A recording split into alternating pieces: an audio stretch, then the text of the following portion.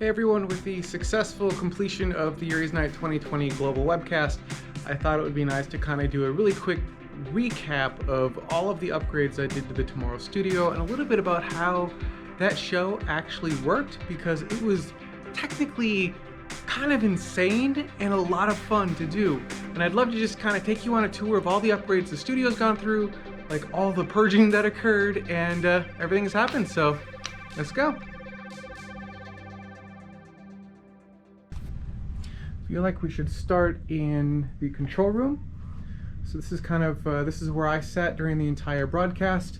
You can see how it's actually expanded. Like, we've added a bunch more screens, and we've really kind of extended what the control room's able to do and optimize the position for the technical director. You can see we've got the audio console. This is an X32 sitting on the left-hand side. We're actually using a good chunk of the first 16 channels, as you can kind of see in there. We've even got a little bit of, turn it up.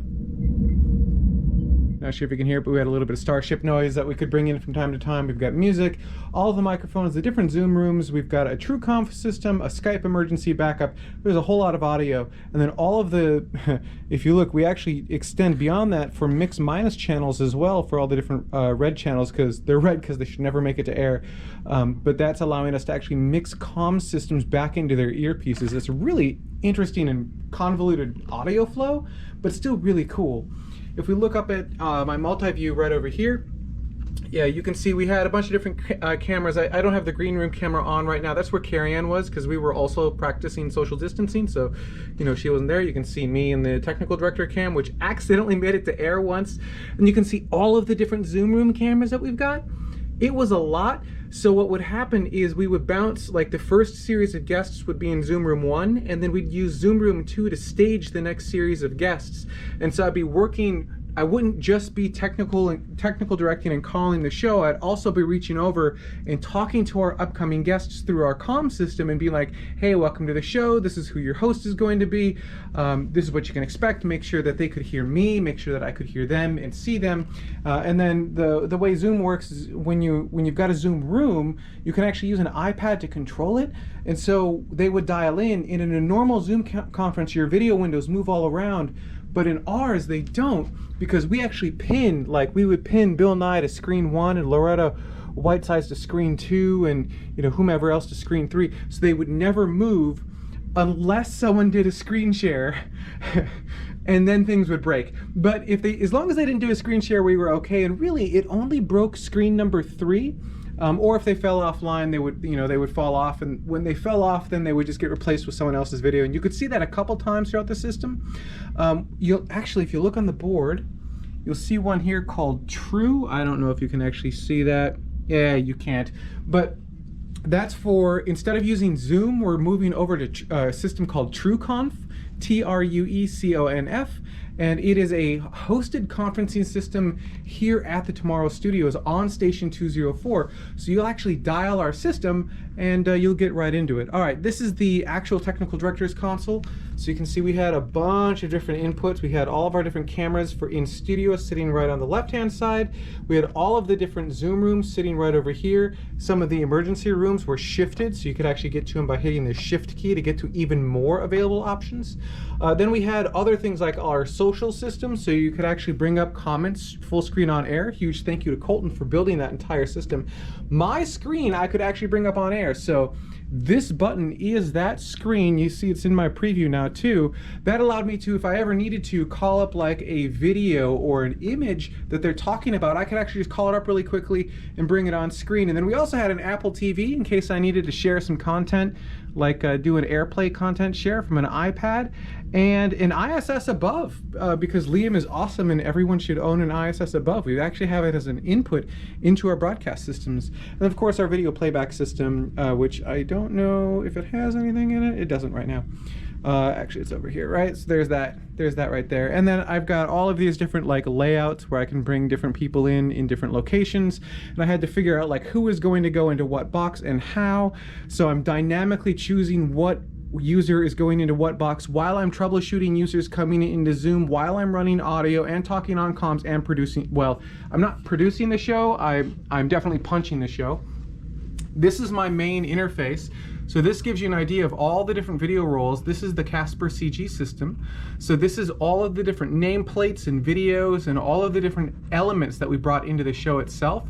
So like if I wanted to play the Robert Picardo intro, I hit that and you'll see that DDR-A starts playing that video.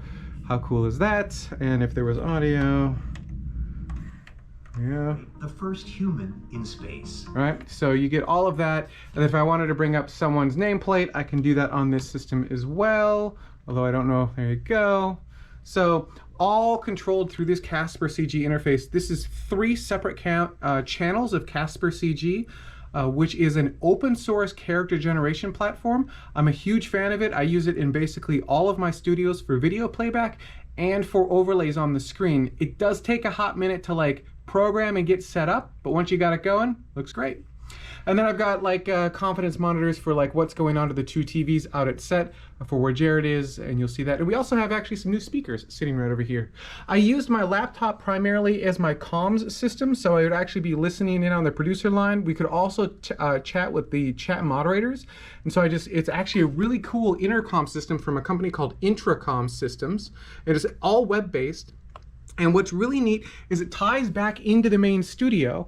So I'm actually tying my intercom system over here directly into my audio board so that all of my internal foldback, my IFB channels, the earpieces for my talent is all part of my intercom, and it's all part of the audio board itself. So they can hear what's going on the air and they can hear me without you hearing me giving them instruction, which is pretty cool. And I can also then, because if you look in here, you can see Zoom 1 and 2. So I can actually listen in on those Zoom rooms and I can talk to those Zoom rooms, and I can do that without actually saying anything on air. So they can hear me and they can interact with me. So if Zoom Room 1 was on the air, I would talk and interact with Zoom Room 2 and get it staged and ready to go. And if we had an emergency, like someone fell off, I'd hit this all page button and then everyone everywhere would hear me on the comm system.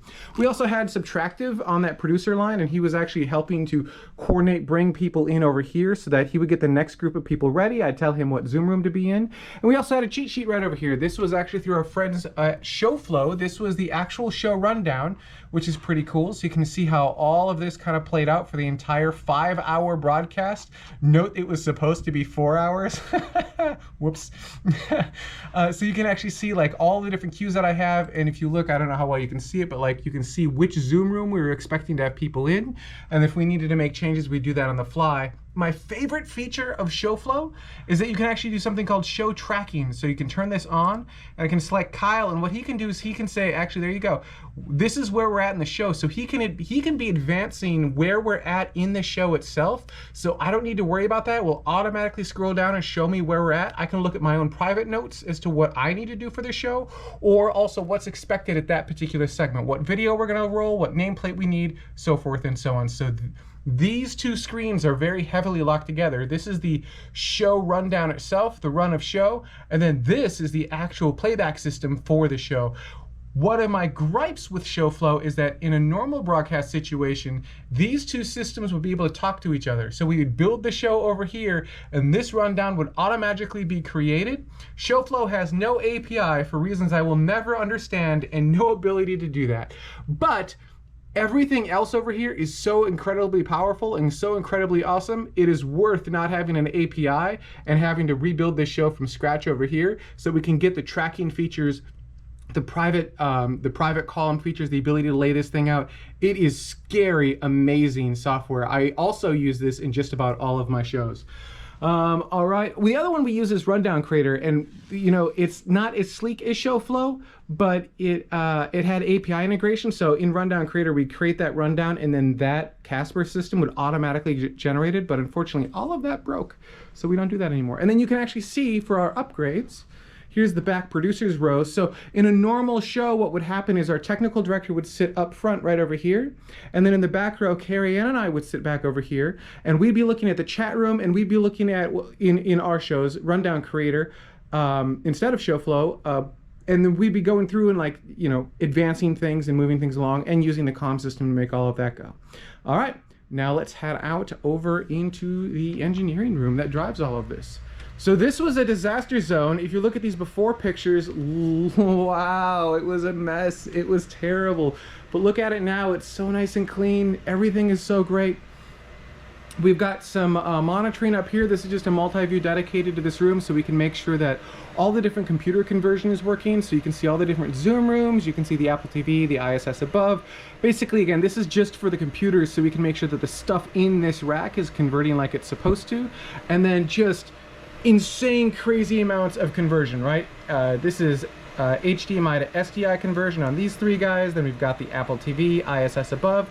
This is the technical director computer. This is from a company called Simply NUC, NUC, which is Network Unified Computer? Yeah, I don't remember what that stands for. These are amazing little boxes that don't cost a whole lot of money. This is a Blackmagic Atom Constellation. This is an 8K switcher. It can do 10 channels of 8K video. That's crazy. We have it in 4K mode, so it can do 40 channels, 40 channels of 4K video, and we used almost all of them, which is also insane. This is an SSD recorder, so if we want to record our show, you can see it's recording on this drive right now, directly onto a solid state drive, so when we're done recording, we just hit stop, we can pull it out, and just drop it straight into a computer and edit right off of the disk itself. This is great because it's recording ProRes, also in 4K. Directly below it, I've got a Teradek. Oh man, this is some of the oldest gear we have in here now. This is a Teradek Slice. This is back in the Space Vidcast days. I think I owned this before I even ever worked at SpaceX. This is one of the first really high-end broadcast pieces of equipment that we had purchased. A couple of Teradeks from Blackmagic. These take the 4K signal and turn it down to 1080p because this is a 1080p only device. So this sends that into that. And then this also did 1080p conversion for some of our converters that go into the computers. This is some test conversion that isn't necessarily in play yet. This is for future upgrades of clever things that I'm doing. A whole lot more HDMI to SDI conversion. And then these are the Casper boxes. So this is the Casper Social CG system with 2 channels. This is the Casper Playout system with another channel. And I have it broken into 2 boxes so that one can't cause the other one to topple. This is also, the social system is also my TrueConf server. So we're likely going to remove Casper CG from this system and only use it as the video conferencing system. Just kind of showing off the back. It's a little bit messier than before, but like you can see, that's pretty decent cable flow. We have a temporary cable sitting right here for the green room camera, but other than that, like it's pretty nice flow inside of the rack. All right, let's head out. And then this is the editing console, so we'll just pull those SSDs out and edit right there, and a printer that I never use. All right, let's head back onto the observation deck. And this is the upgraded observation deck. We now have 2 screens because one of my gripes before was that when you were on set and we had remote talent in here, we could either show this chat or we could show the talent, but we couldn't show both. So as we look at bringing back Tomorrow Live shows, now we'll be able to bring in remote talent on like that screen or this screen, and then have like one of them will be the chat room with live chat questions, and the other one will be our live remote talent. So we'll be able to interact with both of them at the same time. Yet to be seen if that will actually work out correctly, but I think it'll look cool. Those are 2 brand new matching 4K screens with 4K conversion, because I'm crazy. The set itself remains basically the same, right? So you've seen this before, just kind of in case you've never seen the back side of it. It is a real set. It's a physical set. So you can actually see how all of this kind of goes together. You can see some of the lights sitting up top that shine on the not green screen. We actually have a planet graphic sitting back here. Right? That's pretty cool. And then when we come back over here, we took the existing screen that was on the set, which is this guy right over here, and we turned it into a confidence monitor. So they've got another multi-viewer. So they've got program on the right-hand side, they've got preview on the left-hand side, so they can see what's about to be on air versus what's on air. They can also see the social screen, and they've got the technical director camera, so we can like wave at them and try to get their attention. And then this screen is the old hologram screen. We now use it as a chat room screen, so they can actually see what's coming up like in the chat itself and push items to air. And then we also changed out the way our cameras work. They used to have fiber optic that came out of here, which was really nice back when we were doing space shuttle launch coverage. But Now that we're not needing to do the scary long distances anymore, it was actually kind of a pain in the butt because the fiber had like these modules. These are called SFP. They stand for small form factor pluggable. They take the optical light and convert it to electrical and vice versa. The problem is these break and they're expensive and it's a pain in the butt. So we just don't do that anymore. And instead we just use the electrical outputs right from the camera. I built a couple of custom cables using my fun purple cable. And we actually Dada pulled this cable into the wall. So all new cable going into the wall, and we have termination points in a couple different locations. You can see this is where camera 1 would normally be, but is in the green room. That's camera 2. And we actually pulled future points as well. So we've got camera 3 over here, camera 4, and camera 5 sitting right over there. And we're actually using camera 4's output to drive that confidence monitor, which is kind of a good use for that extra return port. The idea being in the future, I may want to turn this into a really cool set where we black out those windows. So this is just a nice black area. We black out the floor, and then we've got colored LED lights in 3-dimensional space that kind of go up, and then we would be able to stand there and kind of have these really cool, very slow moving colored LED lights kind of move around us. Just kind of a fun, fun set. And then for those who didn't notice, we do have a couple of visitors on the set. You guys had asked for me to bring back Benny. Well, Benny's gone, but we do have the child that's hanging out on the set. He was over Jared's shoulder for the show. And then we also have what is that? The Ultimate Thule? I guess that's the, right? So that, I think I'm gonna end up hanging via a string and moving somewhere over there. Just kind of in the darkness. I think that would be kind of fun. So there you go. That's most of this stuff. And then when we head back this way, this is the one room I did not clean. Here is the green room. I feel a little bit sorry for Carrie Ann, right? So these were kind of the screens that she had access to. Oh, I missed one. So the middle screen should also have her boop. So these are the screens she saw when we were in the, oh, I turned off the other one. You get the idea. And so she would stand, because she's short, she had to stand on our version of an Apple box. And then her view, which was a little bit terrible, was this. I just dropped one of our old soft boxes on top of the camera, and unfortunately it was running full bore. I've doubled the fusion on there to try to take it down a notch, but it's still a lot. But notice she doesn't have a screen. So she's standing, this is her view when she's interviewing Rod Roddenberry for her segment. All she can do is hear him. And so she's missing all of those visual cues. I felt really sorry for her, but she did a fantastic job. I think she did a really great job. So this camera, and this is gonna get, we're gonna strike this. We're gonna pull all of these lights out of the ceiling, and then all of this stuff over here is gonna move back into position. And then this room should be nice and clean. And then we'll move that couch kind of back and center. This used to be in the observation lounge. We've really cleaned all of that up. It's really quite nice in there. So there you go. That's the update to Station 204. And on one final personal note, I'm excited to say that Carrie Ann and I are getting a kitten. Her name is Luna. She was born on February 25th, 2020. She is adorable. She's a little Bengal cat, and we're excited to be able to pick her up sometime mid to late May. It's going to be really exciting, and I'm excited to eventually be able to bring her on station and to create absolute havoc and chaos during an upcoming live show. And don't worry, part of these upgrades are also for those live shows and for the chaos of a new kitten. So the live shows aren't gone. I'm just trying to wrap my head around what would make them really super compelling, a lot like Tomorrow News is, but live. And then we're also working with the studio with a bunch of different entities. I think we can announce that we're working with the Mars Society on their convention, so we'll be hosting that for them, much like we hosted Yuri's night. We've got 2 other conventions that we're talking to for doing that with. And then we've got 2 other entities on top of that that are not conventions that we're also working with, and I can't announce any of it just yet. We're still kind of working out some of the details. But we're going to be helping a lot of space organizations do a lot of really great live broadcasting, all from the Tomorrow studio. And not all of it may have our name on it. In fact, most of it won't. But you'll be able to tell, right? I mean, we just have a general look and feel. You'll go, oh, that was done at Tomorrow. And this is something we're offering for free to anyone who wants to utilize it. If you're going to help inspire people in space, let us help you create that inspiration, so to speak. No catches, no strings, no nothing like that. We'll just help you out. All right, that's my update. Thanks, everyone, and I'll see you soon.